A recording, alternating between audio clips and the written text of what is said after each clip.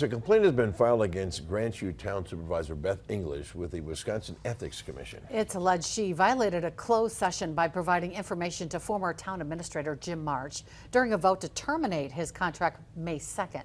Today, March's attorney is denying that allegation. Jason Zimmerman has been following this story since the very beginning. He's live in Grand Chute with a first alert update. Jason. Cammie, this complaint was filed by former town supervisor Walt Nacito, who actually lost his seat on the board to Beth English. And now Nacito claims English is trying to avoid being named in a federal lawsuit in her vote to terminate the former town administrator. With 3 of the 4 Grand Chute town supervisors who voted to fire former administrator Jim March named in a wrongful termination lawsuit, questions are now being raised about why the 4th supervisor, Beth English, wasn't. We spoke to March's attorney by phone, asking him to respond. The reason is that she was not involved in retaliating against anybody, regardless of how she voted. She was not involved in retaliating against anybody as a result of their participation in the DOJ's investigation. She wasn't even, she wasn't a supervisor until after the investigation had essentially been concluded.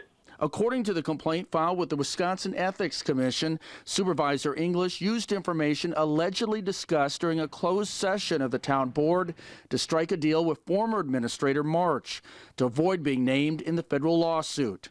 English voted in favor of firing March, but then requested to have March rehired with another vote 1 month later. I've reviewed the complaint, and insofar as it purports to suggest some sort of deal was made, it's complete rubbish, and it's ironic that it's made by an individual who spent the better part of the year complaining about the Department of Justice investigation and whether it had any basis. This is just simply a baseless complaint.